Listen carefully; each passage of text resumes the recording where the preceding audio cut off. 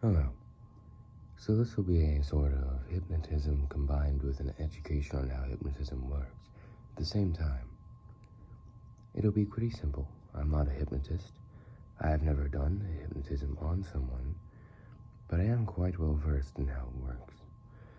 So I'm going to hopefully affect your body in a light way while explaining to you how hypnotism works. So of course, you may know how it begins. Close your eyes, remain calm.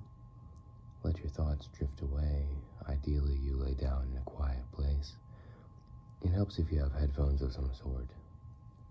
Hearing my voice directly in your ears from both sides is significantly more immersive. It turns my voice less from coming from your device and more into a almost spiritual, magical voice that just appears in your head. So if you can do that, I'd recommend it. I can't believe this video is already a minute long. That is insane. So keep your eyes closed, stay relaxed. If you can lay down, do that. If you can sit down, do it. Then just relax your muscles as much as you possibly can. Though keep good posture, don't be slumping over in your chair. So just stay relaxed, eyes closed. Ideally, you cover your eyes as well so there's no light coming in and it's purely dark. Alright, so just stay relaxed, good. Now, initially what I'm going to do is sort of play to your mind's ability to create experiences that aren't real.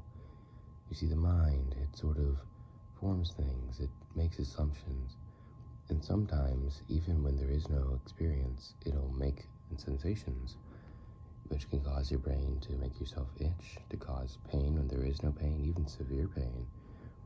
You can learn about this by watching the series Mind Field by Vsauce. So the brain kind of just forms experiences. After all, experiences aren't set in stone.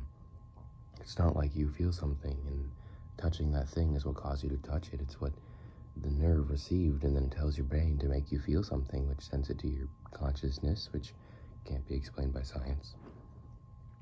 So that is what the brain does. So when I say as you're relaxed, you may feel a slight tingle on your arm.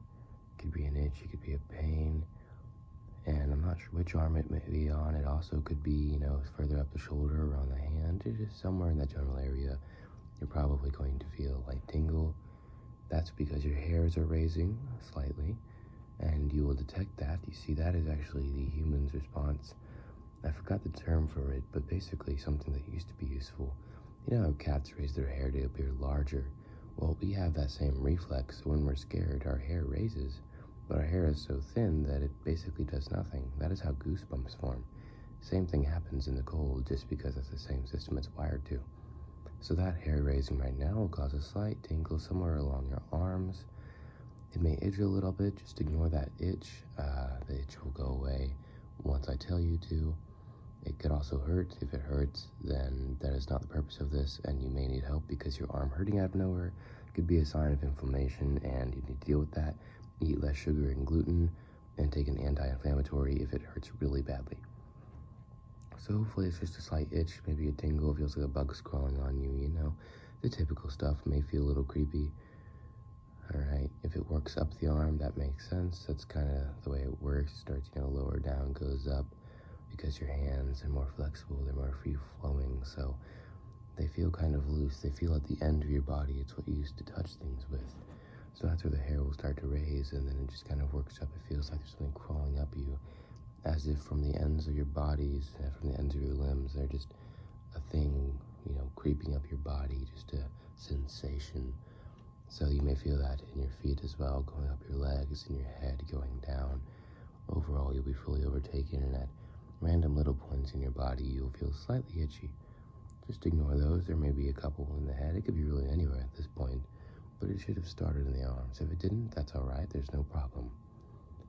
So, now you can go ahead and scratch those itches. That was it. There was nothing to it. That was a very, very simple way of doing it. And I hope you enjoyed. I hope you learned. I hope you watched the series Mind Field by Vsauce. It is a very, very interesting series. So always stay educated. Always stay kind. Always improve yourself. And always scratch itches, but not always, because for some reason, the brain makes your body itch in places where you shouldn't be scratching because Put simply, the brain's a little stupid sometimes. Now have a lovely day.